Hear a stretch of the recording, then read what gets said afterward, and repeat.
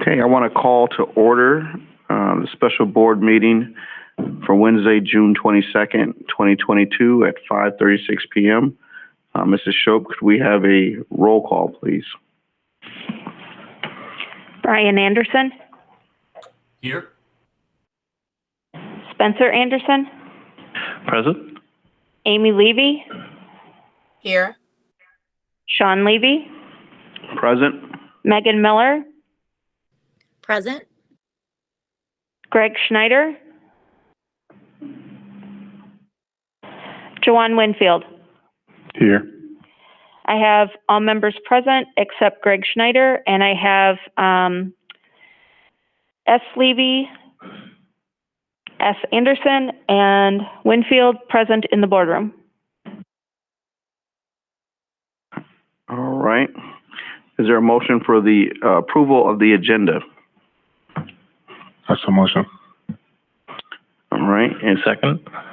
been moved by Winfield and seconded by board member Spencer Anderson. Is there any discussion? Okay, hearing no discussion. All those in favor signify by saying aye. Aye. Aye. Aye. Aye. All right. The motion passes unanimously. And so now we are on item 2A, WASB Superintendent Search. Dan Nearad, our facilitator and consultant, is present with us. I'll let Dan introduce himself, and then one of the things that we'll be doing tonight is discussing, as Dan said, timelines and elements of our search. I think that as we discuss, there might be some items that we need to procedurally decide how we're all going to go, and we'll develop consensus. And then we need to make some decisions so Dan can be freed for that work. But then also we will also have a session, as you look at the agenda, where we go into closed session to discuss other aspects of our interim search and discuss names and some other strategizing aspects that are appropriate for closed session, as described to me by our attorney, Rob Bukema. And if we need to also call Rob, we'll be able to do that. So Dan, take it away.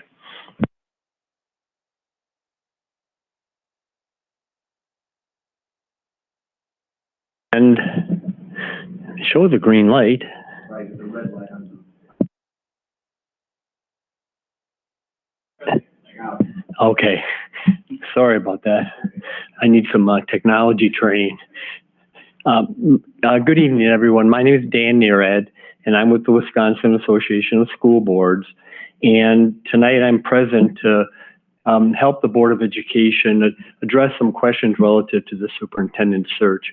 You know, I had the, a very good experience working with this board. So I understand there are different board members now while we did the search earlier, and I look forward to providing a level of service that will meet your needs during this upcoming search.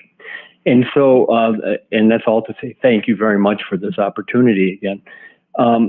What I'd like to do is, I'd like to go through several things with you tonight to try to get some direction from you. And where I'd like to start is with the search timeline. And what I present, what I have here, and I know it's going to be perhaps a little cumbersome, given some board members here, some board members virtual, but I think we can work through it, because I have two different timelines prepared, and both of them are prepared with the idea that they can be easily changed. But I was just trying to give you a sense of what a timeline could look like. One timeline, which I'll focus in the main on as we get going here, has you involved in a search really between now and around September 1.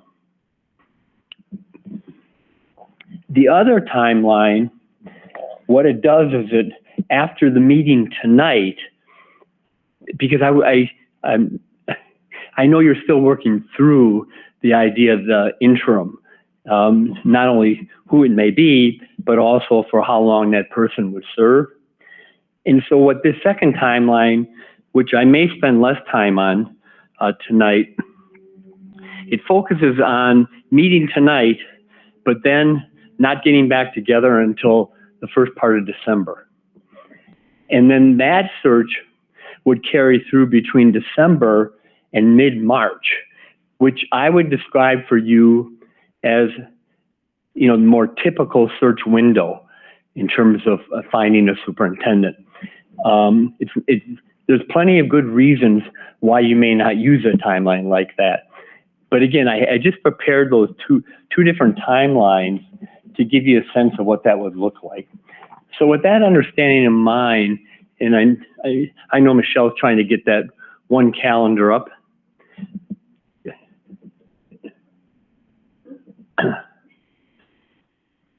I'll wait for you.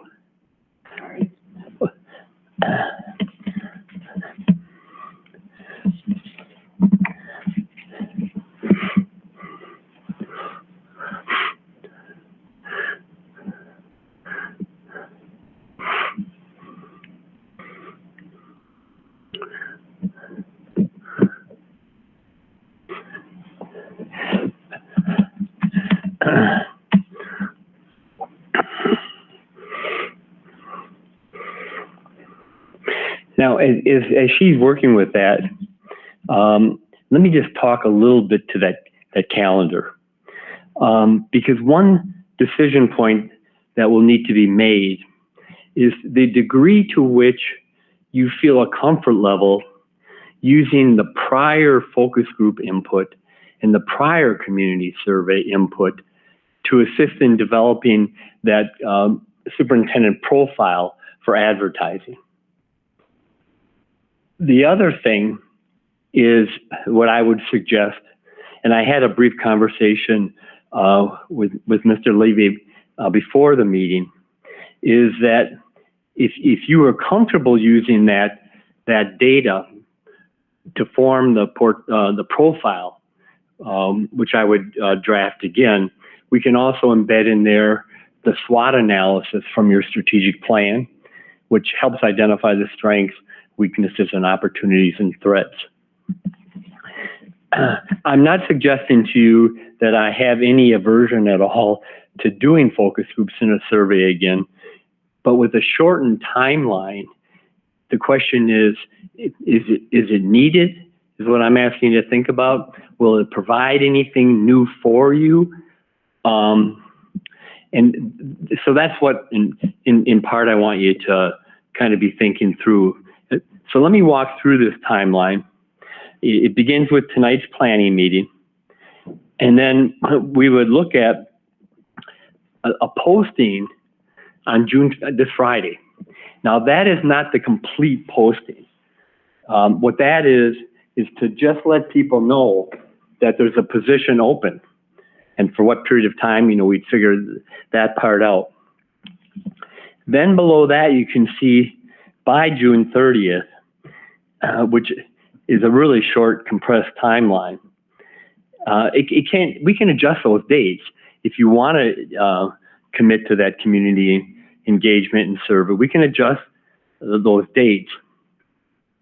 But if we didn't do focus groups, if we use the focus groups and we use the community survey from last time in terms of developing the profile, and we used your SWOT analysis, I would have that piece completed in terms of beginning to draft that profile by June 30th.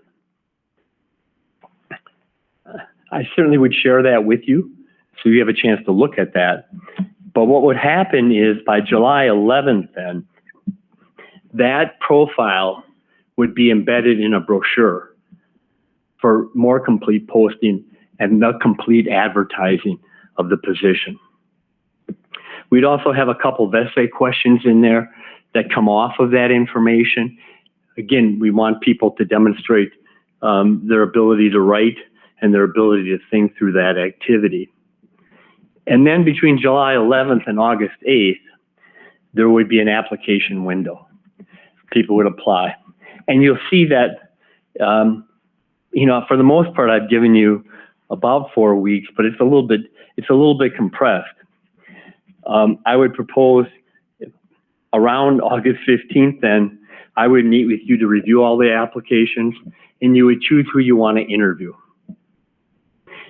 I'm proposing the first round of interviews on August 23 and 24, with background checks and reference checks completed by August 31, and a final round of interviews on August 31. You can also make a decision whether or not you want to do community forums with the finalists that same evening. And then either later that evening or the next day, hopefully, you would be able to make decisions about who you want as a candidate. So again, this is a timeline that takes you from tonight until the end of August or September 1 to finalize this work. And part of it, a key to it is, especially, all these dates can be adjusted. So nobody be concerned about the specific dates, I would ask. But the key is whether or not you feel those focus groups or community survey need to be repeated in any way. So I'll stop with the review of that calendar. And, if you're interested in looking at the other one, I can explain that to you after you talk to this one. So I think that what we'll do, if everyone is agreeable, is let's just, as with our options, this is searching for a permanent superintendent, well, a long-term employee, not an interim, to be seated. Search is being conducted July, August, hopefully completed by the beginning of September. And everyone can share your thoughts first on just what has been presented to us. And I'll take you as you raise your hand on the, or the chat. We haven't done this in a while, or in the chat. And so I'll recognize Board Member Levy first. We're just your first thoughts. So Dan, thank you for putting this together. I initially didn't think we would be able to walk through this process in such an expedited manner, but still being thorough and making sure we're picking the best candidate. How soon could you get us the information that we previously used for our profile? I would be leaning towards being comfortable with using our previous profile if we can match that against our most recent data from school perceptions. And if there seems to be some alignment, that I would feel comfortable that information, for lack of a better way of thinking of it, hasn't expired. So I think reviewing that soon would be really helpful. Yeah, and I think that from my perspective, that's an excellent way to go, to look at that alignment. I do have copies tonight here of that. It's actually called a brochure, and embedded in the brochure is the profile. The other parts of the brochure talk about the good qualities of the school district and the community. So we can get you those copies ASAP. Perfect. And then my final point is I definitely want to have community involvement. My first thought would be in a forum, unless you felt some other way to engage the community would be appropriate, but that's a must. Okay, so I'll have a question about that, but Mrs. Shope just reminded me that she emailed that brochure to you this afternoon. So each of you have that, and in that brochure is that profile.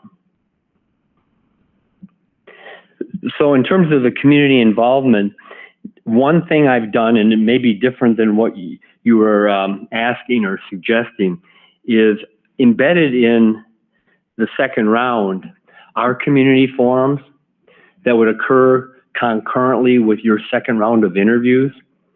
So if we were in this building, The board would be interviewing the candidates for a second time, and there would be another room where we would be holding forums. We have a schedule we can rotate people through. And then what would happen through the forums is that you would be provided, what we do is we have a one page that all participants complete to provide the board input on the candidates, is how we do that. But were you suggesting that the community involvement be at that point or at an earlier point? I'm fine with that being the community involvement, but I would ask that those forums were recorded, because there's a difference in seeing people interact real time, well, recorded real time. So I would like for the board to have at least an evening to watch those recordings happening while we're interviewing candidates, and then to make decisions after that. Yeah, and assuming that the technology is available for that, that can be arranged. And you weren't suggesting anything different than this, but just publicly, I would want to be able to tell the participants that it is being recorded, so they understand that. Absolutely. And I don't see a problem with that. Did I interrupt you? Okay. No, I'm good. Thank you. All right, so then as we get ready to go around, again, continue with other board members as you're ready. I'm just kind of informally keeping tally to help us as we're developing our consensus. So Board Member Levy, what I heard you say is like kind of refresh on the profile because we're already have certain things. I put you kind of down as a yes for focus group to make sure that the engagement of the community is there. And then the Board of Education interview / community forum that Dan talked about, you just want there to be, you would like for the board members to be able to see the session that we are not a part of. Correct? Yes. So then other board members, as you kind of go through and express yourself, and let's kind of go our 2-minute rule there. Board Member Levy did a good job of modeling that for us. The focus group, the profile, and then this other candidate forum, board interview / as you're putting your thoughts together. Who's next? Is that Board Member Miller? I would like to apologize because for whatever reason, I'm losing connection on and off. So I apologize for any interference. I'm going to try to be brief. I caught the gist, Board Member Levy, of what you said, but I missed a lot of it. So I apologize if I'm being repetitive. I would like to echo everything that I just heard Board President Levy summarize. And I just want to be conscientious of the fact that it is summer, people have travel plans, etc. I don't want to come across as being disrespectful to people's time. So in looking at the timeline for where the focus groups are scheduled for kind of like next week-ish, I want to be conscientious that perhaps we open up another opportunity a little later on, because that's really short notice to people. It's like really close to the holiday. I guess that's kind of my only additional feedback. But of what I was able to hear, I liked everything I heard. And if could I respond? They don't have to be next week, but I still want to seek some clarification, because are you saying if there is alignment between your school perceptions and the prior portfolio, which was done with focus groups and community survey, that you still want to do focus groups? What I would say for that clarification, what I would say to that is if there's alignment, I think that's great. I think the focus group is less about creating a profile and maybe just giving people a refresher chance to just give some, just like broaden it, like just some feedback, some input.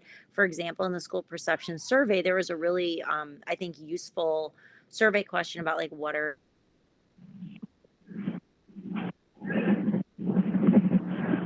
I think she was going to say, what are the 5 things you want to tell the new superintendent? That was a feature. Are you back? Okay, she dropped out. But, so I'll kind of summarize what I heard Board Member Miller saying. is kind of the agreement with some of the things that Board Member Levy expressed. But I think the sentiment of what she was saying about the focus group, and we know that the dates can change, is that if we do have the focus group, we've done a number of things to bring about community engagement this year. And some sessions, people have chosen not to participate, and then some other forums, people have participated in a greater degree. But we did not want it to be said that we did not create the opportunity for people to participate. So I think what Board Member Miller was going to say, or the sentiment she was expressing, is if we offer something, let's make sure it's at a time that people are well noticed about, able to plan for, and if they want to participate, they will, and if they don't, they don't, but the opportunity has been given.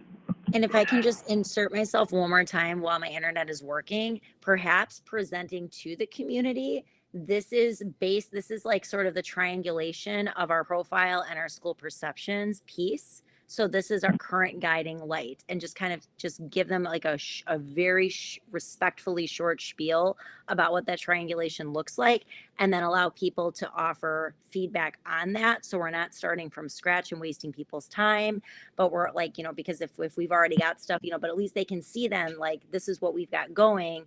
Yay, nay, what are your other thoughts, kind of thing. And now I'm all the way done. Thanks. And if I could just suggest, I think I do understand what's being called for, and I certainly look forward to feedback on the degree of alignment. I would ask you, let's not be overly focused on the June 30th date, having that done at that point in time, because I would want to work with you to establish, hopefully before July 11th, so I can but even that could be backed up a few days. All these dates are subject to the final document being created, but I do understand what you're asking for, and let's not push this to a June 30th. I'd rather have it done well and done right. For the reasons that were expressed by Board Member Miller, as well as, what do we think is best time to capture families and things like that as well, which she also mentioned. Okay. Who's next? I had just a question, or maybe a statement, or both. I don't know. Dan, with the last search that the board had done before Dr. Keyser, was there any candidates that you think that will fit the profile that we have right now, adding on to what we want to add on, or was there not any candidates? Well, I hope this is a good answer for you. I think it would be up to you to review to what extent you're interested in re-looking at them. I can tell you I've been contacted by one of them that was being considered. There was a perception that there was alignment with that person, and she has expressed interest in applying for the position. I'm not for sure President Levy can we know? Well, what I would say at this time, Board Member Winfield, is that we are discussing the process. The question you asked is a valid question, but when we're discussing, because some people are currently in jobs, and here's an example, we could get 50 candidates for the job, but the job's only going to go to one person. And Dan can also speak to, like, when we get to the stage where we name finalists and who's named and different things like that, because of, since you're only going to give the job to one person, sometimes candidates make decisions to disclose to their current employer or when or they don't, and that type of information could create a different situation for them where they're currently employed, especially if they're not selected and they still have to exist there. So when we talk names and candidates, those are things that we discuss in closed session, not to be repeated. That's the appropriate. So like I said, again, a reminder is that part of this process is conducted in public session. And then because we're talking about names and for the reasons that we go into closed session, that's when other parts will be discussed. And if I could just reinforce one piece of that. In my experience, qualified candidates. And quality candidates oftentimes don't want that release until they're a known finalist, because it's very difficult, in relationship to their current situation, and it may not pan out. So there's a way to work through this stuff, but you're absolutely right. Some of it has to be dealt with in executive session. Perfect. Thank you. Thank you. And but to kind of answer your question, also, Board Member Winfield, no, I was not on the board when we last conducted a search, but as the question has been answered, I think that board members expressed their satisfaction with the candidate pool that the WASB created, and that's why we're using them now. But maybe our senior board members, Board Member Levy and Board Member Miller, could speak to that part, because you kind of asked a question that skips us along the process until we kind of get to the product. But briefly, the two of them might be able to, appropriately answer your question in an open session to give you the sense of what you were asking. Again, I will reiterate that I was pleased with the caliber of candidates that were in the pool, the level of diversity that was present in the pool. And of course, I'll just speak for myself. There are people that I thought would be a better fit than others, but overall, I didn't feel like we didn't have options. And so, unless it's an outlier, if someone from our previous pool is interested again, that's good news. I will agree wholeheartedly with that. Okay, thank you. Thanks. I appreciate it. Board Member Winfield, do you want to continue with your time and kind of hit that question about the focus group? Yeah, I did want to speak on it a little bit. So when the focus group, Dan, what does that entail? Like do we just send it out and anybody who wants to help or have an input, they just come in, or do we have certain individuals that come in and sit on the focus group? You can do it either way. I would say the majority of them that I've been doing recently have really been open invitations. Just come. Sometimes you split them between staff and community, but some recent ones I did, they were combined groups. They went well. And then in terms of the process for the focus groups, we have around 9 questions that I would ask, as a facilitator of the focus group or groups. And those 9 questions are really aimed at finding out 2 things. One set of questions is aimed at really the profile. What kind of skills do you want the superintendent to have? What kind of leadership style do you want the superintendent to have? There's a good number of questions related to that. And then the second area is trying to answer the question, what would compel a superintendent candidate who is interested in Beloit but knew very little about the district or the community? And oftentimes, superintendent candidates are really asking that question for their family as much as anything. Will there be a fit here for my family? And so we have a number of questions that are aimed at identifying, what the word I'll use is, what are the assets of the school district in the community? So they understand what the good things about your community out there and the good things about your school district as they're trying to make a decision about applying. Is that responsive to your question? Yes, sir, it is. Thank you. You're welcome. So Board Member Winfield, they put you in the yes for focus group, and then is that kind of where you're at? Yes, sir. Okay. All right. Next. For the focus groups, I definitely think that is something that we need to do, because we definitely need that community engagement. And with the survey, we do have to probably realign just a little bit or verify that what the community wants is what we still have there. because that was 2 years ago, almost 2 years ago now. So it's always good to update it and keep it as updated as possible for us. May I respond?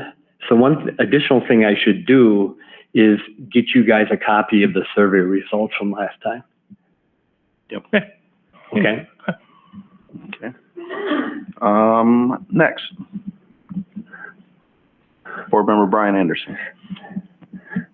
Yeah, thanks. And thanks, Dan, for all that information. I think I'll be pretty brief here. I think I saw a lot of sense in what Board Member A. Levy said. I think that that process sounds, like we're not recreating the wheel when we had a pretty good wheel last time. So that makes sense. I think I agree with the forum. I think we should have that community input. And my only concern with the timeline is, I know we'll talk about an interim later. The thought of having a long-term employee in place by September 1 makes me nervous that we can get through the due diligence that we need to do, and the candidates that are available in this time frame. So I know we'll talk about that piece of it more, but I guess so I'll just throw that out there. And I think again, I'm okay with the profile that exists if it matches up with what our board preferences are. So I'll look to that, and if we can coordinate with the right people within the community, whether it's open or with a truly focused group from a segment of the community, whether it's business leaders or however we would pick that, I'd be okay with one or two that fit different pieces of the community so they could have their input, because this is a truly community position, in my opinion, in my thoughts. It's somebody that needs to be touching the whole community. So I'll leave it at that, but I do, you can put me in that column, Board President. So just kind of summarizing, I heard you in the focus group, the alignment of the profile, a question, because Dan is presenting the shorter timeline first, and we'll talk about the longer one as we talk about having the long-term employee by September 1st. And kind of like we covered this a little bit yesterday in our other meeting, but Dan Kieser is still with us to the 30th. He's on vacation now, but we do have a designee, and if we have need to call him, we'll call him. And then between now and the beginning of July, looking to put in place a short-term interim person to help us through the summer while the WASB is helping us conduct this search.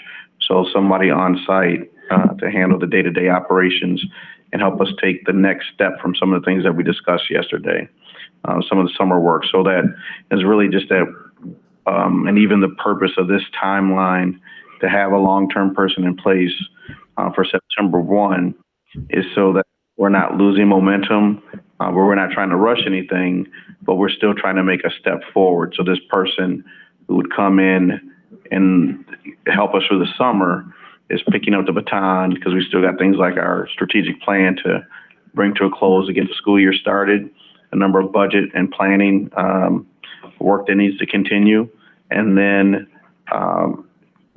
giving that long-term employee, if we're successful in our timeline design with our elements and our timeline, that person would be seated and had the input of the community and be able to pick up the baton, not from Dan Kieser, but from the person in between. And we're still working and reaching our goals. So that's kind of a summary of some of the other things that we kind of, I'll say, we discussed. I don't know if we're in full consensus. We haven't voted on anything yet, but that's kind of where we're at. And then we, like at the point where we have to make specific votes, will be as formal as we need to be, so that Dan Neerad, who is helping us, can have the information that he needs to proceed in our absence. And then also the things that we've already decided in terms of like the contract work that the board has delegated to me and Rob, and then to help move the process along, still working in that way to get us towards where we need to be. It's kind of where we're at. Next. Can I? And then Dan. Yeah, I'm sorry. I just want to offer a comment to Board Member Anderson. I appreciate the concern expressed regarding the timeline. The question is it a little bit too aggressive? And it may be, but depending on how this would wed up to who you would look at for your interim and the amount of time that person's available, we may, one of the things we may want to do, if it works, is put a little bit of stretch into this, not a lot, but I would just ask, I'll certainly be flexible, for you to be flexible as well as this all plays out, because what's most important that it's done well. And yet I know that there's some timeline things that have to be pursued, especially with kind of a short-term interim. But again, I'll remind myself and I'll remind you if I feel we need to do something with the timeline. Thanks, Dan. All right. Next. Or is that everybody? Oh, that's everybody, right? Oh, so it's me. Watch this. Focus group, yes. Profile, as long as there's alignment. Definitely view those things again. And the other part I explained when I was bringing Board Member Anderson up to date. So that's where I'm at. So we will include some type of focus group, a refreshed one, based on kind of what I heard in consensus. Next step, Dan, we're ready. All right. So the first calendar is that shortened timeline calendar.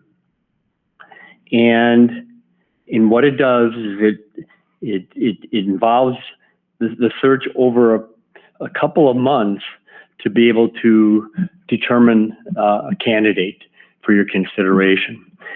Could we go to the second calendar?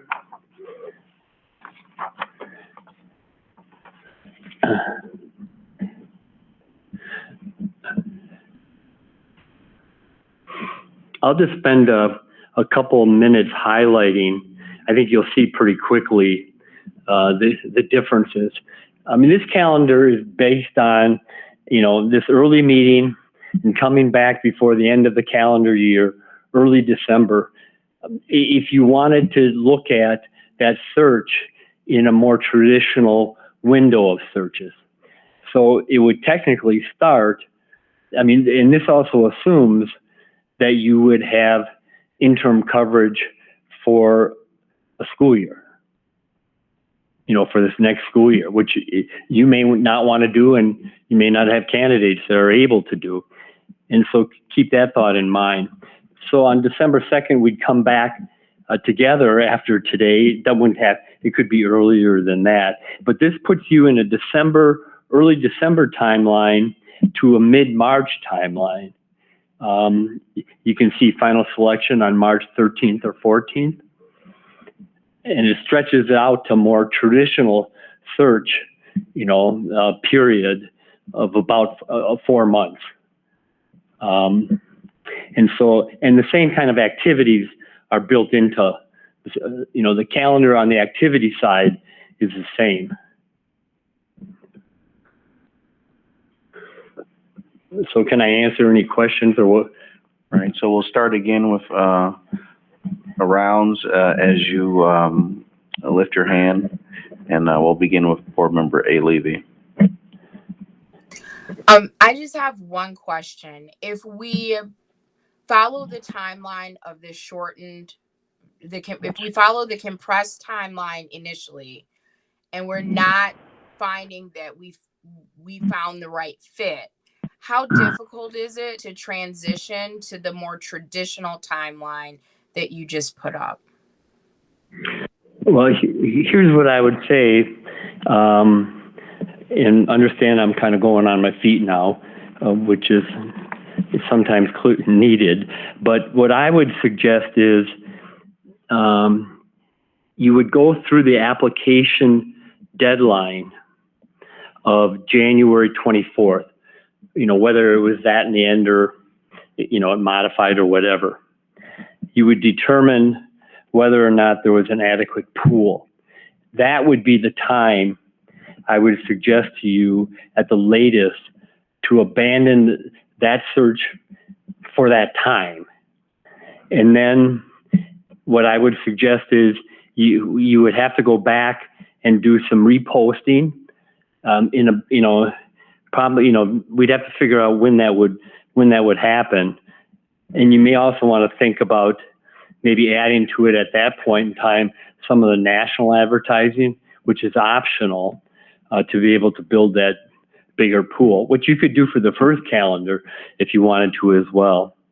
So let me just think through that I won't take but 15 seconds, but I think the only way to figure out is what does that pool look like? So I think you'd have to be there, and then you'd have to figure out whether or not you want to proceed with that pool. You could hold that pool.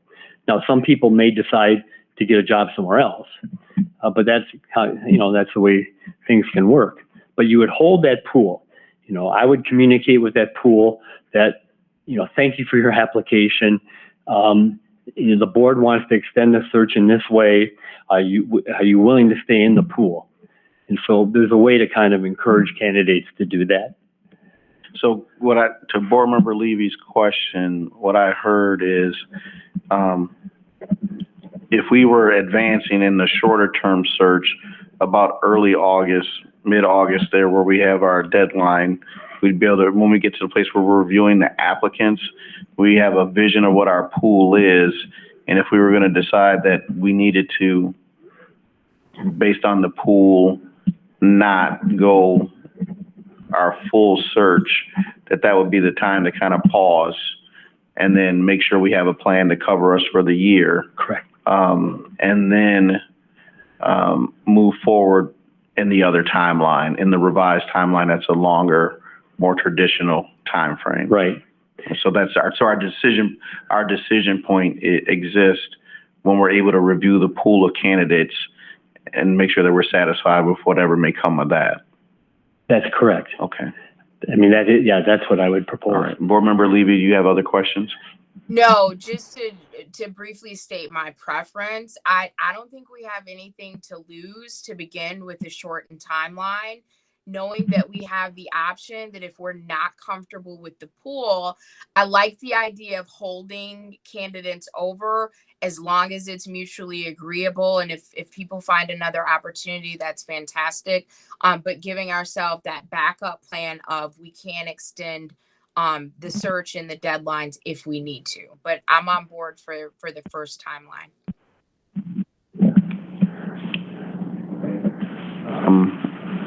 Others, as you lift your hands or make your voices, go for it. Hey, this is Board Member Miller. I gave up on the internet, so I'm just calling in from my phone. But as obnoxious as this is, I will just again echo what I just heard. I think I'd like to put the feelers out there. I share Board Member Anderson's concerns about the aggressiveness of that timeline, but I also think let's toss it out. I think that people who want to work in Beloit are going to look at this as an opportunity. And I want to see I almost think it's a good opportunity for us, because it is a non-traditional time, to find people who really want to be here. So I am all about let's throw it out this summer, but I also want to find the right person. And I'm not opposed to, after we give it a shot, going toward the more traditional timeline.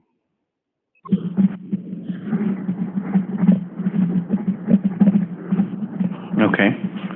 Brian Anderson. So I'll keep this short and sweet too. Thank you. I think again, Board Member Levy has, I'm agreeing with that question of, can we, start with that more aggressive timeline? As long as we're, I guess, upfront with the candidates that, hey, we'd love to start the search now. If we find that right person, then great. Let's get them on board. September 1, move forward. But that there's a real possibility that the process could move into that more traditional time frame when more candidates might throw their hat into the ring, that would be a good or even better fit. So I think, like she said, if we can start and fairly seamlessly transition without, I guess, putting off the candidates that we may still be interested in, but want to still delay our finalization. I think that's a kind of a win-win situation. We almost can't lose in that sense. So. Okay, got you on that one. I'm going to wait for that question. I've had a different question, but I'm going to wait to add that to the mix so that we're all addressing the same thing first. Who's next? I'll just say that I do agree with what has been already said so far. I think if we find that perfect person on the first option that's a little more aggressive, then that's fantastic. But if we don't find someone that we think will be a good fit, at least then it gives us another opportunity to start that search over again and hopefully find that right fit at that point. Okay, thank you. Board Member Anderson. Board Member Winfield. I think we take this opportunity and try to be successful as possible. So leaving open both options of timelines, I think can give us a better fit to make sure we get the right person in here. I just had a question also. When we do hire the new superintendent, and President Levy, you can help me out with this. The years or the contract, is that something that we discuss with them, or is it something that Dan discusses with the search? So we, our attorney is already proactively, as we discussed, working with contracts, setting things up. So there will be some decision points that we as a board, the 7 of us, have to make decisions, whether that's 70615243, that will include this or not include this, with different, options and things. Those will be closed session items where we'll make those decisions. So like I said, our attorney is proactively getting those things prepared for us. We're going to talk about some of that tonight in closed session.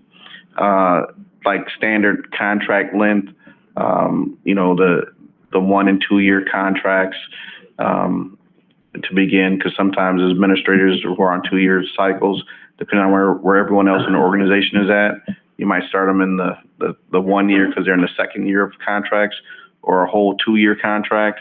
Like with the current administrator contract we have, they were at that time negotiated in a provision to discuss, like a evergreen clause where a year is added ahead of time when we take affirmative action, and almost the same that here's a feature of our current administrator contracts for our principals and APs, that provision is also in their contracts.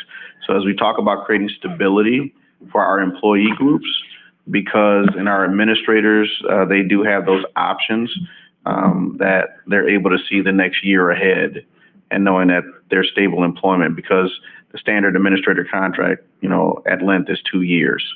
So, there's 2 years of work in front of people, and that's the most stability that legally is there. So we've done things as we try to retain and recruit talented employees to create that stability through our policies, are things that we have done. And Dan, if you can add to it. I think that's an excellent explanation of how it works out. We typically want you to be working with your attorney on those contract provisions. And it sounds like that process is underway. It's not, and typically when an alternative to that would happen is very small districts who don't have resources. We may use the WASB attorneys to help with that, but I don't find it to be necessary here, and that's the way you did it last time, and that's the way it should be. So I guess I'm not, our board member Winfield, did you hit everything in that last grouping that we were all You got it all? Yes, sir. Okay. So I'll add mine the same as everyone else. We're in alignment. I sense that consensus. The one, we determined if we have an adequate pool after we've thrown up the help wanted sign and all applicants have come in. I do think that, because administrators are in the like we're at the July 1, people that are working are working. I think that one of the things I think that we discussed, might be like liquidated damages. Like if they're currently, in a situation of employment, and we selected them as they went through our process, we might have to pay $1,800, $500 to end their employment with the other place. But since there are specified, number one candidate, that I think that, we'd have to make a decision. It's a vote, but that we would take that to make sure that we got the leadership in place that we felt we needed for our district. And then secondly, we have had discussion, and just another part that I'm going to throw out, and I just want to hear your initial thoughts. We have had discussion that like our short-term person, like the person that we're trying to bring on, like in terms of contracted services to help us during the summer, run the day-to-day operations, that we're not interested in that person. That person is coming to help us. That person is not coming to be our permanent superintendent. However, I think that to give ourselves flexibility, I'd like to, this is the first time hearing as we're moving through the conversation. So not the short-term person that might be here from July to September, but at that next space, when we're looking at somewhere along the line, it seems like somewhere there about in August, we'll be able to survey the quality of the pool and make some determinations. That if we determine that we need to go with the longer timeline, what are board members' thoughts about anybody in that pool being able to be interim? Because at this point, we would have someone for the summer. We need someone to continue, but then that might also go about to how we have to do our short term and ask that if was needed, this is short term, but are you able, if necessary, to stay longer? Or we'd have to do something else to 100% just get someone to serve us through the school year as 1 year interim to bridge us in between. So that's kind of a different thought there. So just kind of your thoughts about once we see this pool, if we have a need, where is that at? If you understand the idea that I'm trying to throw out and get your reaction to. I'll start with Board Member Levy. Okay, so one, whoever comes in as our interim, I would be looking for, well, one, that they're competent and effective. I think that goes without saying. But two things as far as longevity.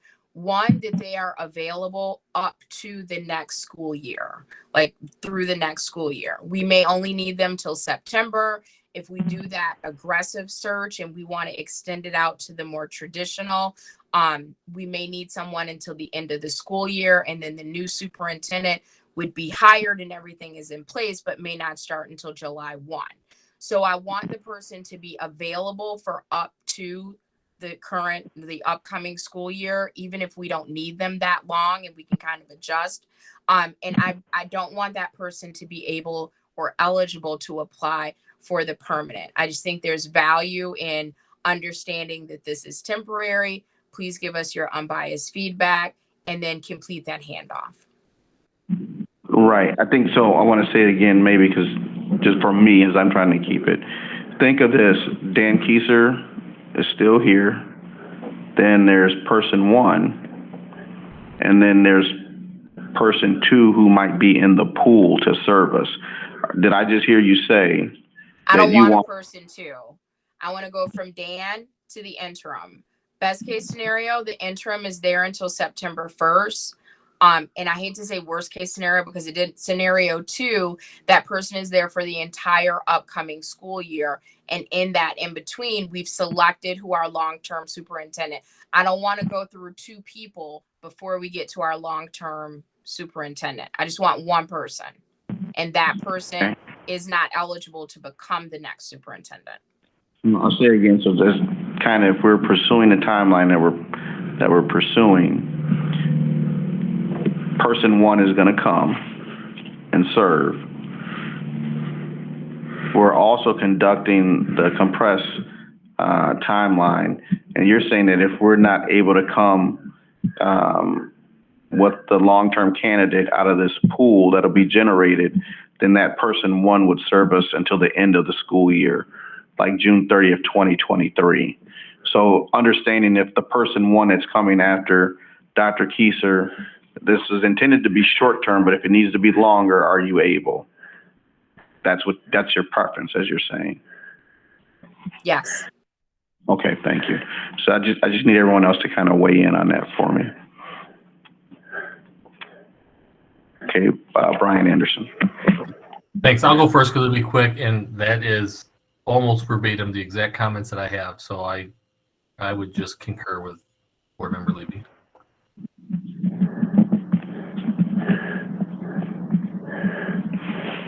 Hey, this is Megan. I just want to jump in. I just have like some stigma issues that I want to just bring into the group about using the word interim, because I think that, and this is just in my maybe small universe, so I just want some help with this. I liked in the regular board meeting when we talked about contracting a person. I think when we hear, and I understand that's like probably the same thing, but I want to address and maybe unpack some of that stigma, because sometimes people hear interim and feel like, well, now we're stalled out again.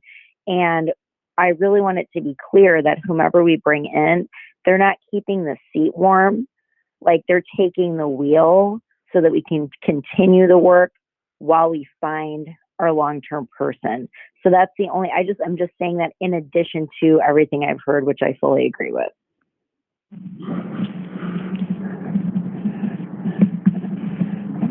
Okay. Next person, please weigh in. I'm just going to echo what everybody is saying under the sense of keeping the seat warm. I know we got a lot of work here to be done. So I just, in my mind, I would like to have somebody who's going to be in here for 18 months, a year, or however long it is.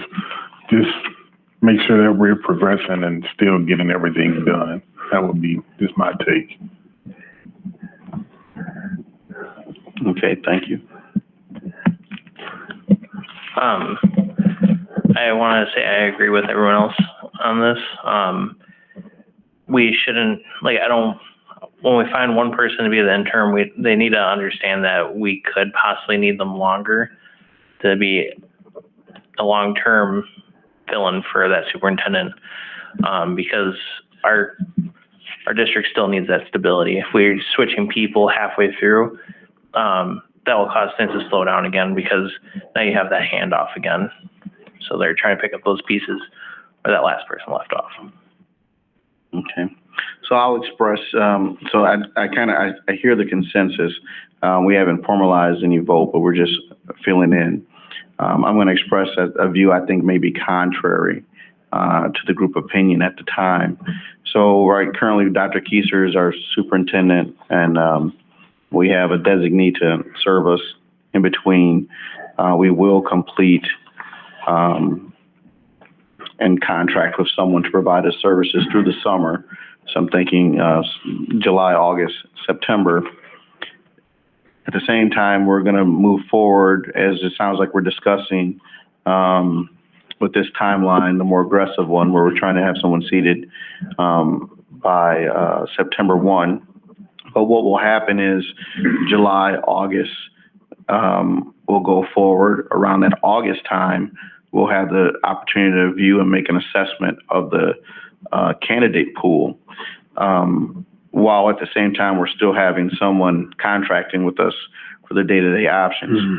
So kind of with the question I pose puts us in a space to say to the short-term person, the person who's intended to be short-term, is that, hey, if we need you to go into this remainder of school year, is that possible?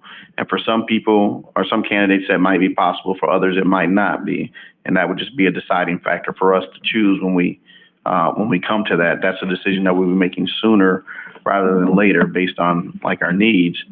But then what I'm proposing, and I heard the part or people expressed a concern about people moving in and that your time as our interim is not your audition time against other people that are in the pool. But like I said, I'm expressing a difference than where the board is at right now, is that we go from Dr. Kieser to person number one that comes after. It's intended to be short term. We're looking in August, we see our pool.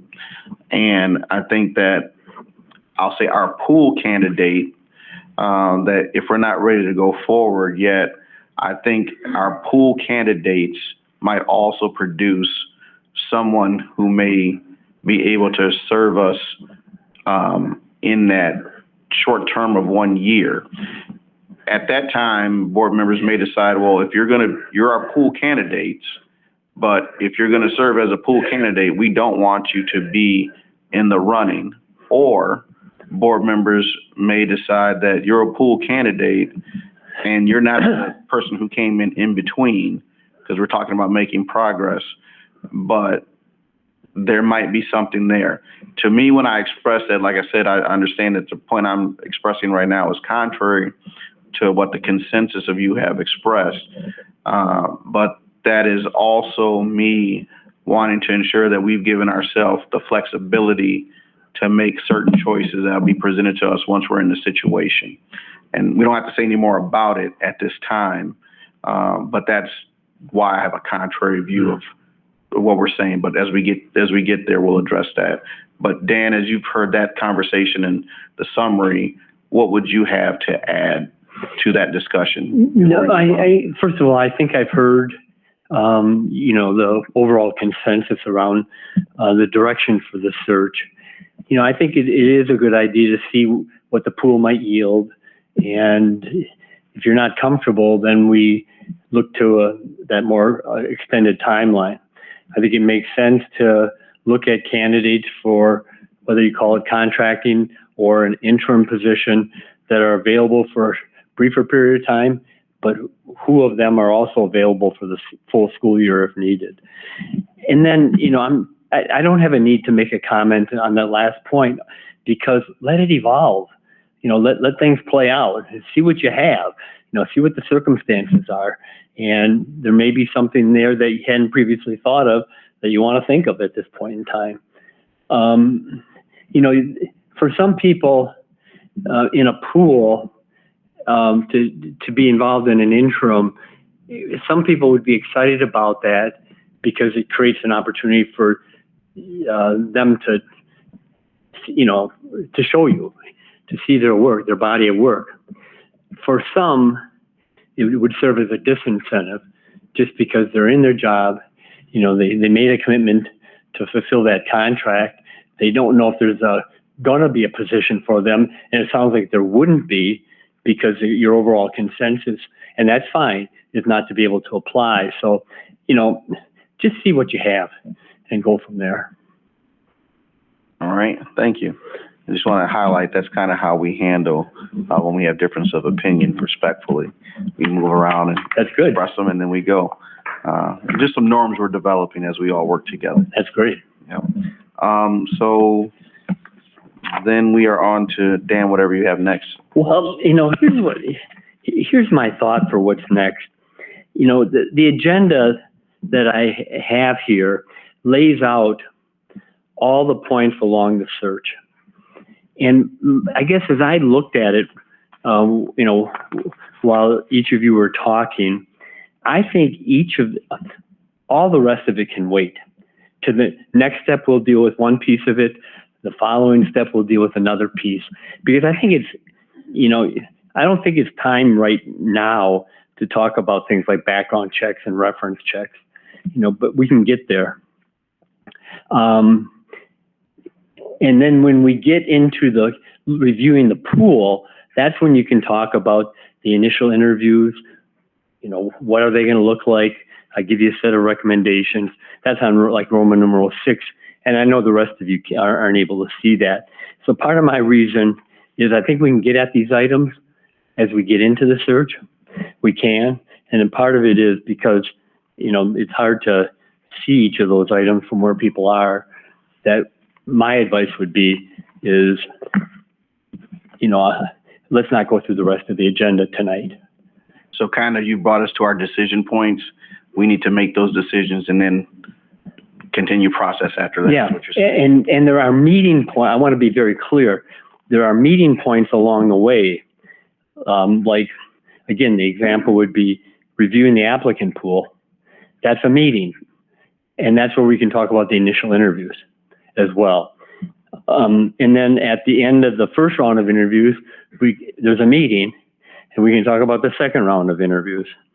And so I think we can deal with it as it unfolds, if you're comfortable with that. Right. There's a couple of things, just kind of, since you have given us the agenda, and we don't have to go through each part of it, but there are a couple, just for me, let me be clear. So as we talked about some decision points for us, the candidate profile kind of sounded like what we said was, we'll verify that what exists already kind of matches in alignment with the new feedback we've gotten from our most recent activities in community engagement. We haven't discussed application or essay questions. You asked, we didn't discuss this internal candidates or not, but the focus group question we did answer, and we kind of said, yes, we want that to be an element that is in our search. To the Board of Education interviewing, when there's like this second community forum, and they're like flip-flopping, that we do want to make sure that board members are able to see the portion that we're not a part of. And then as we kind of discuss these other things, it's like, hey, we know our decision point is along that time in August when we're able to review and assess the quality of our pool. And so that's kind of a place where we'll make some decisions. And then, like I said, I understand, like you said, background checks and some of the other interview things are not necessary at this point because we haven't made some decisions that we need to make. You're just making the point that for every activity, there's a pause and a get together. Yeah. And then, so there's a natural meeting point. And then I think that trying to review the documents also, there are a couple spaces, like I'm on page 3 of 3. Sure. So define role of current district administrator, superintendent of schools in the search process. So that person, you'll be working with the board and whoever is helping us, but maybe that is something we should, if you could kind of walk us through that discussion, but the district administrator superintendent contract review who'll be handling this task and how. Right. We have answered that as a board. Right. I'm working with our legal, and then when there are decision points, we bring that back to the board to discuss. Sure. We have not discussed salary range, and so I see that's another thing that you're talking about. But like I said, in our closed session portion, that is something that we could do. So I just want to make sure that when we are not present with you, that I, in the role that the board has delegated to me, that I'm continuing to move the group along in that way. Yeah. So that is something that we'll end up discussing too. And then kind of, I know you, in the last search, you provided documents with ranges of current administrators, maybe a year or two ago, that were in CISA 2 region. Yeah. Like their cash salary, additional compensation, other things that were there. And I'm sure those documents are out in board docs for us to discuss and pull those tools back up. Well, you tell me when I can comment. Now. All right. I don't want to be interrupting. First of all, I don't mind going through the whole agenda. I just was feeling at most, and thank you for picking out some items that maybe you want me to clarify for tonight. I don't mind going through the whole agenda. I just didn't know how fruitful or needed it was tonight. Right. I would just say just lightly, just to bring it to our attention, if there's parts for discussion. Those are just the parts that I saw. Okay. That to kind of help preview, but go. But like I said, we don't. Well, I'll walk through. Right. Let me offer some comments to what you said, if you're okay. Yes. And then I'll highlight the items on the agenda. Okay. And so, you know, I understand that you want to do some verifying of the profile to ensure alignment. I think that's an excellent idea. I would just need feedback, you know, from you as to whether or not you see the alignment or not, you know, at some point fitting the timeline. The essay questions don't need to be answered what they are for tonight because they really come off the profile, or they really come off of key issues that are in the district, but they will need to be identified. And what those are is that we have all the candidates respond to 2 or 3 questions as part of the application. So you can know they're thinking about key issues within the district or key needs within the community for children or whatever it would be. And you can also see how they write too. I mean, which is an important skill for an executive level leader to have. I understand where you're at with the focus groups. The forms to be taped, that can be arranged. As I said earlier, we would just need to push back the date of your final decision on candidates. If you don't want to rely solely on the paper input, and I respect that judgment. In terms of the salary piece, I'm going to have the WSB office redo those comparables so you have more, you know, current data. So we'll redo those as part of the search. And I think that's all I have to say about your comments. So don't worry about having to look at the prior search's salary, because they'll be at least like a year, if not 2 years old. So in terms of the agenda, and here's how it flows. Are we able to get it up? Well, you have it up. Oh, thank you. Yes, you are able to get it up. So what we dealt with in the main was, you know, around Roman numeral 1 and 2. I'm going to have by the end of the week, the WSB office do a vacancy posting. That's not the complete, you know, because we won't have the brochure, we won't have the profile, but it's telling people there's an opening here. So I'll take care of that.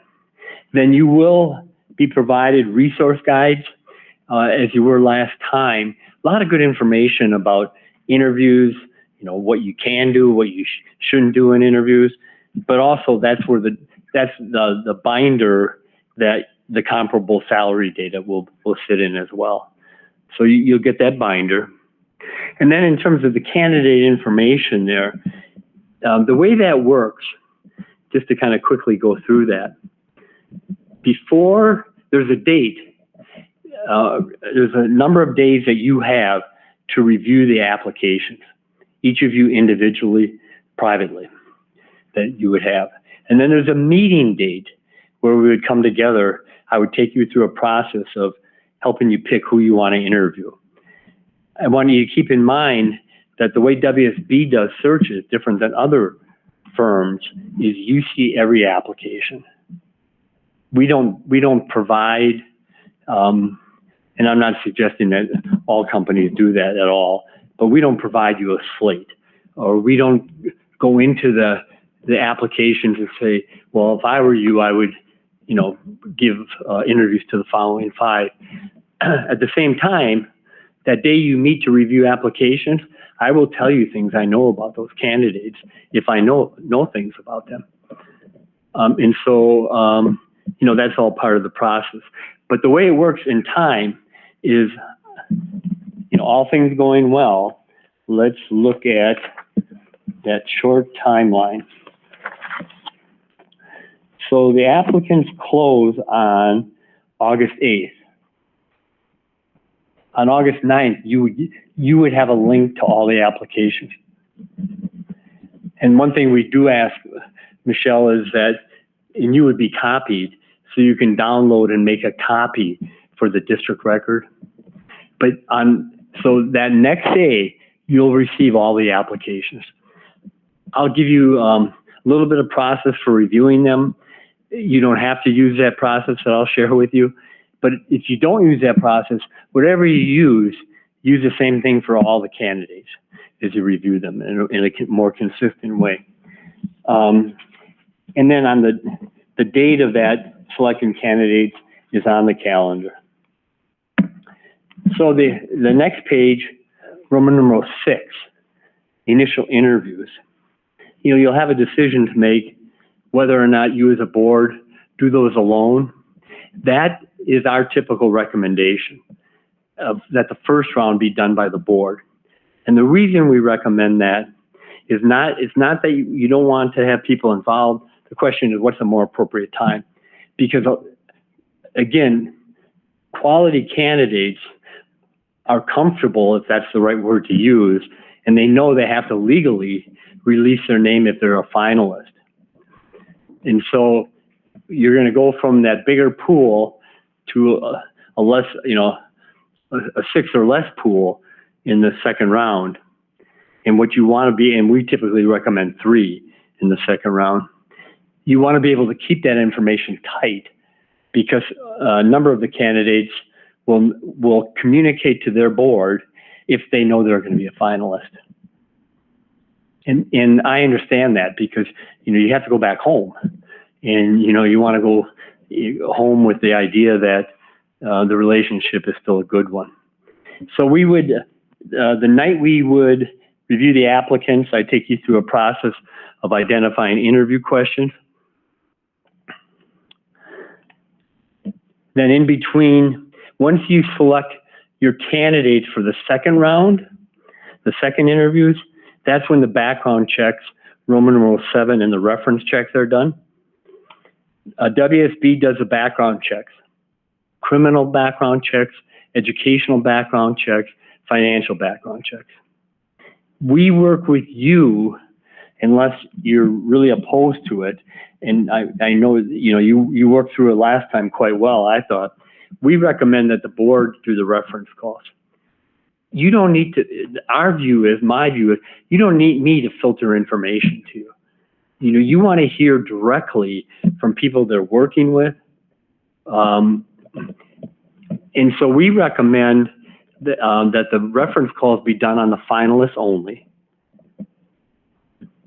And that I would work with you, and by the way, in that binder you'll have, I think it's pages 10 and 11, there's some good information about reference calls.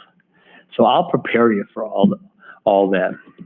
Second interviews, we talked earlier tonight, I would recommend an interview panel with the board, and then those a forum for each of the candidates occurring at the same time. You've asked that they be taped so you could watch them later. All we have to figure out is then when will you make your final decision about, if you have a final candidate or not. Roman numeral 9, and then Roman numeral 9 is identified as a community visit for the final candidate only.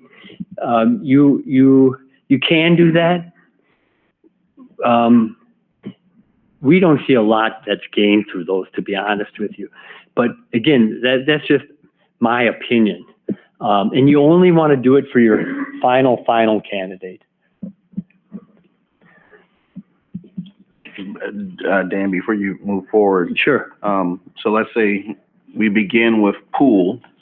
We got a pool, let's say, I'm just going to throw a number out, 33. Mm-hmm. All right. And then we're going to take that to how many candidates possibly? My recommendation would be 6 or 7 at the most. Okay. So we'll go from whatever the pool is to 6 to 7 candidates. And then how do we get to the 3 that you said? It would be after the first round interviews. Okay. So there'd be 6 to 7 interviews of first round candidates. First round. Okay. And yep. then, the pool is a pool. You narrow it to 6 or 7. You do the first round interviews, you narrow to 3. Okay. So why do we recommend 3? It's not a magic number for certain, but we prefer, if you can, and I had a recent experience where it didn't make sense to stay with a 3, different district. But the problem is if you go to 2 right away, and one of those 2 gets a job in the middle of your search, which you could, can happen. Right. It may not happen in the shortened timeline as much, but if it does happen, you're left with 1 candidate, and you want to go through the complete process with more than 1 candidate if you can. That could get awkward. Gotcha. Yeah. So then you'd have to figure out the date you'd make the decision about the candidate and how you're going to announce, and how that's going to be taken care of, which all can be done. And typically in a district like, I believe you took care of all that last time. Right. We can help if you need help with it. Now, at the place where we're at 3 candidates, is there any disclosure of names or no? Yes.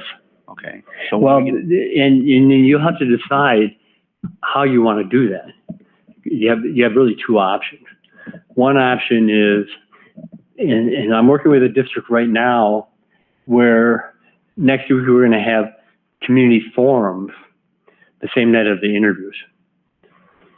And when we announce the community forums, we put the names of the finalists right in that announcement. Okay. So you can do it in that way, or you can do it if it's requested. Okay. And certainly I can kind of help you see the pluses and minuses.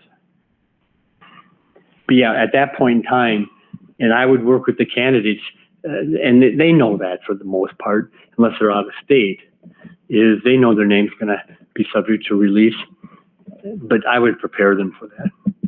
And then the criminal, financial, and educational verification just that you have the degrees that you said you have, the financial and the criminal. It's really to look at kind of how many liens you might have, for example, how maybe overextended you are, to look at that, whether or not there's any financial, legal kinds of issues out there. And then the criminal is a whole range of checks that we do, federal, state, local criminal background checks, crimes of all types. And we, part of the, the original fee for this is built into we use a company for that. Okay. And then the reference check by board members, and this would only be on the finalists. Correct. How has that worked in the past, and maybe past board members to the degree which it's appropriate for open session? Would you discuss that? But Dan, can you start, and then the other board members after Dan?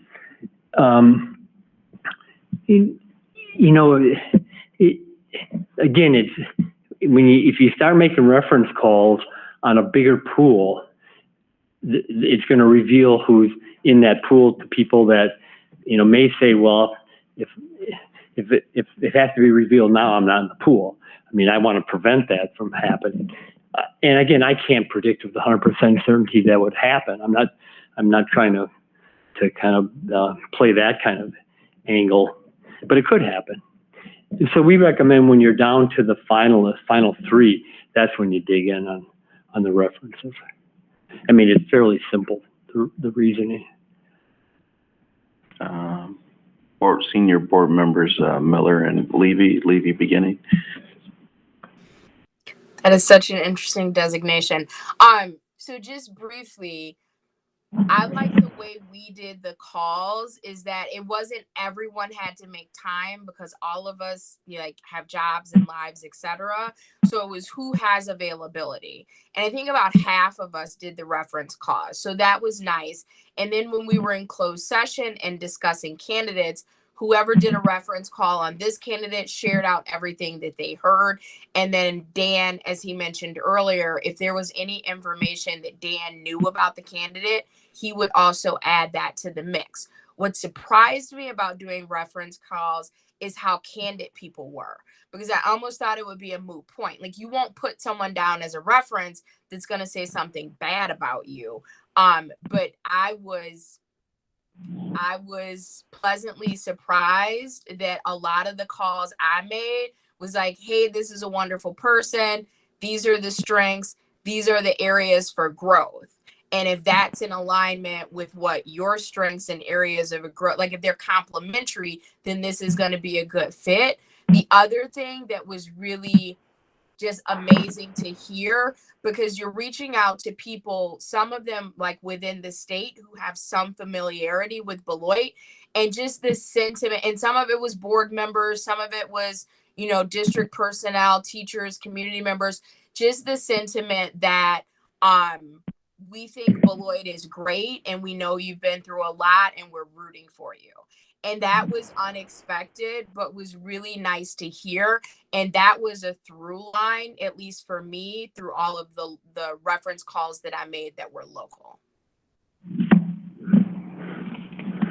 Board Member Miller, do you have anything to add? No, I think that really reflects my experience. I thoroughly enjoyed making the reference check calls. I had very robust conversations, and I think they were very informative, and I hope I was able to effectively share those out. I think that's a really great process. Okay, thank you. For the remaining board members, do you have any other questions related to that part? Okay.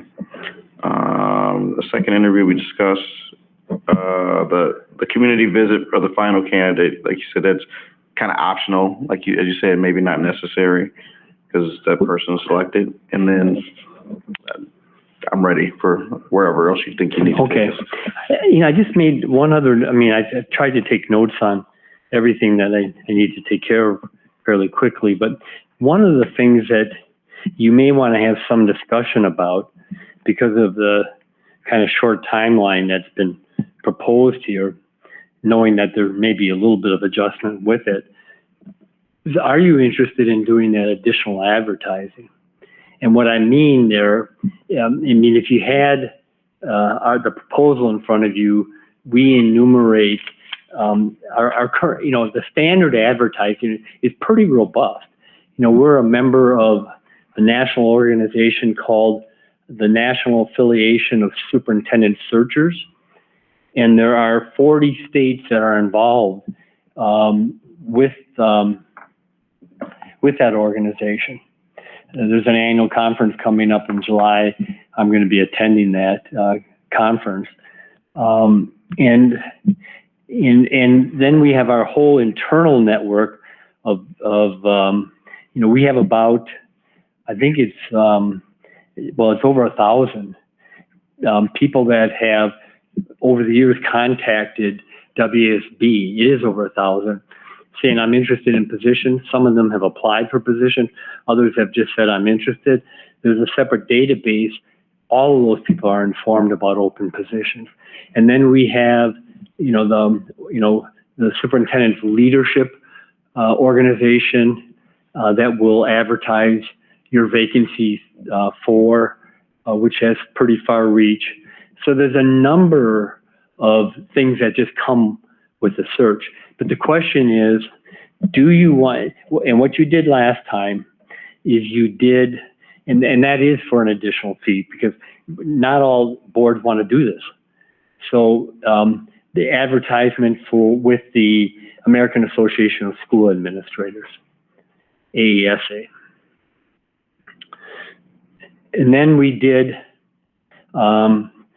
Education Week, which is a preeminent newspaper about educational issues, and then they also advertise positions.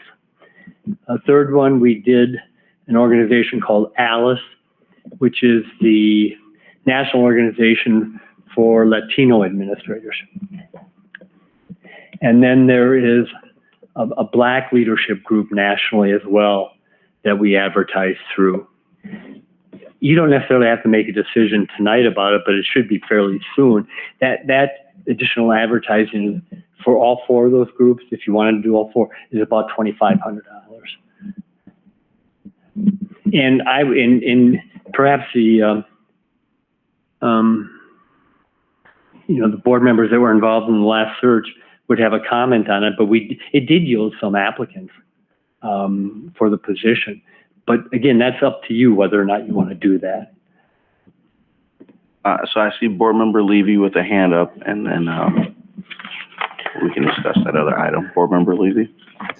I'm definitely in favor of doing, I believe it was 4 additional searches that Dan mentioned.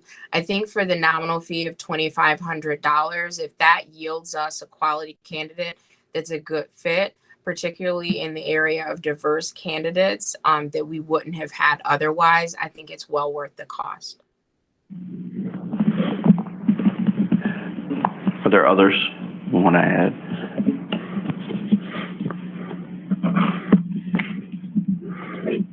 Yeah, I would say too, I'm in support also. One of the things that we're talking about in our own HR processes, and like as Dr. Keisha has worked with the Alma Group and Combio, that there are some times in our process where the things that we're expressing have to be backed up by action.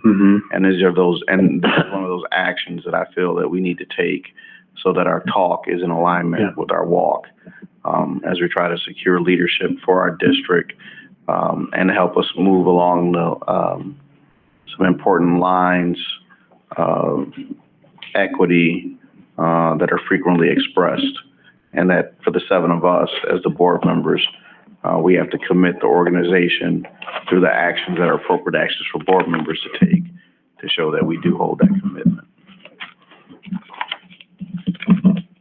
All right.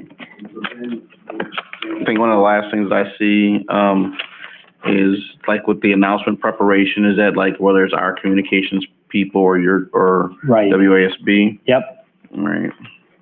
And then the other items are things that we talked about already.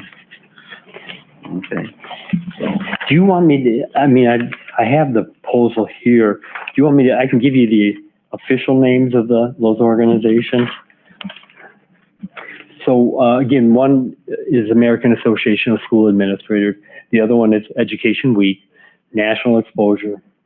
Third one is Association of Latino Administrators and Superintendents.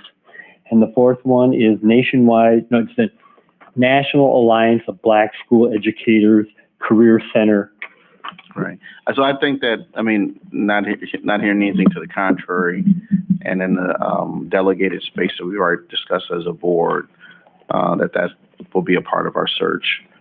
I don't think we need any special action on that part of it, but to go forward with that. And if not, we'll be in closed session and we'll talk about that too. So, because I know there's different parts I need to communicate back with you that the board said yes, yes, no, yes, and no. Okay. I'll make sure that you get those. That's fine. Yeah. All right.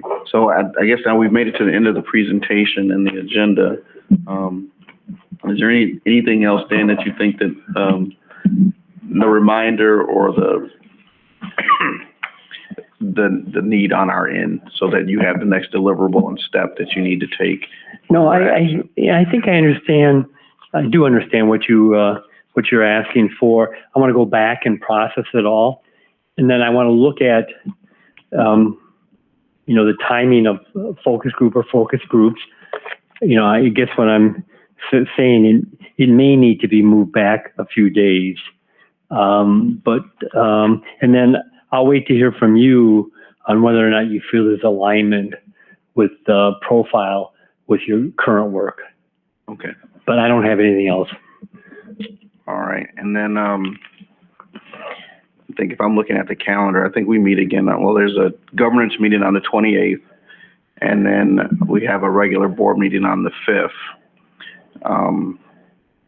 And so what I'm thinking about, as this was a special meeting, so we can get this part started, but to ensure that that we're all present and able to participate in this decision making, that if we need to add items or have Dan on meetings, that it'll happen in our regular cadence of meetings, unless we need to do something special. but to understand that might also take us out a little bit. We're trying to adhere to some time, values of people's time, but for purposes of planning, that things will probably happen on our designated meeting dates already, because we know we kind of have a quorum or a number of people are already coming. And if there's a need to have a special meeting, we'll ask for a special meeting. And then, so that's, all right. Anybody with any questions or concerns, and we can whip around, or that your needs have been met, or you got any questions that you need further discussion or answers for.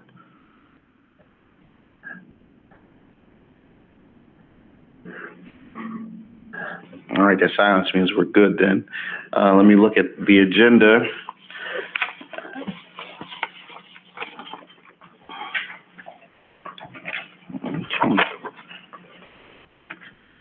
So then I would consider that our board discussion information, our action item 2A, we're done.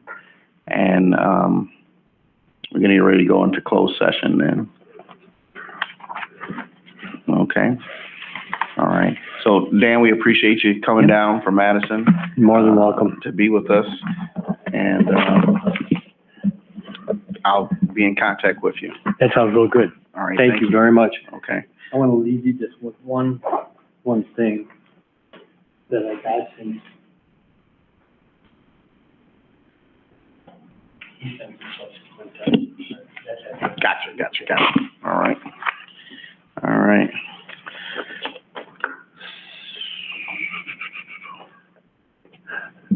Thank you very much. All right, thank you.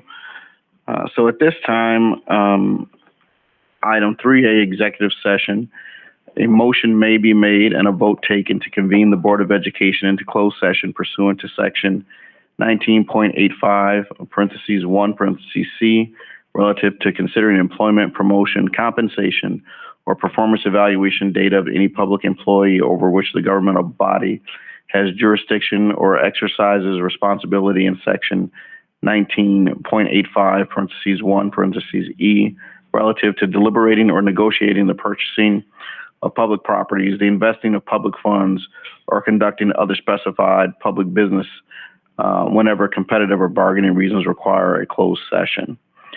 Is there a motion? A motion. I'll move. Okay.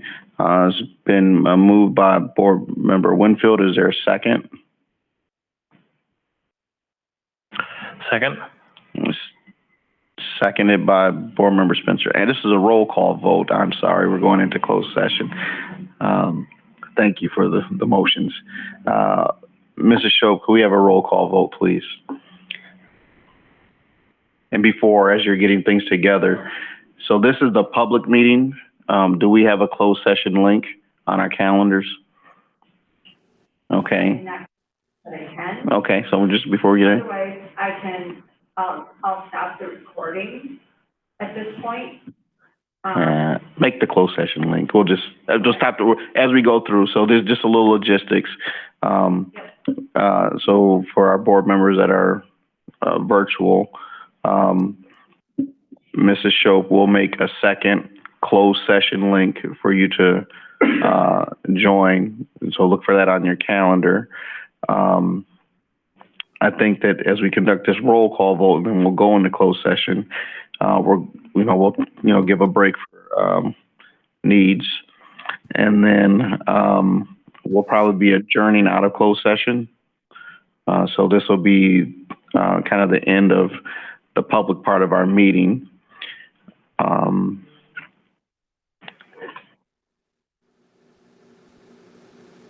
That's it. Okay. I think those are all the points. There's a new link that'll be posted. We're going to adjourn from closed session. And we need a roll call vote to go into closed session. Gotcha. All right. We're ready when you are, Mrs. Shope.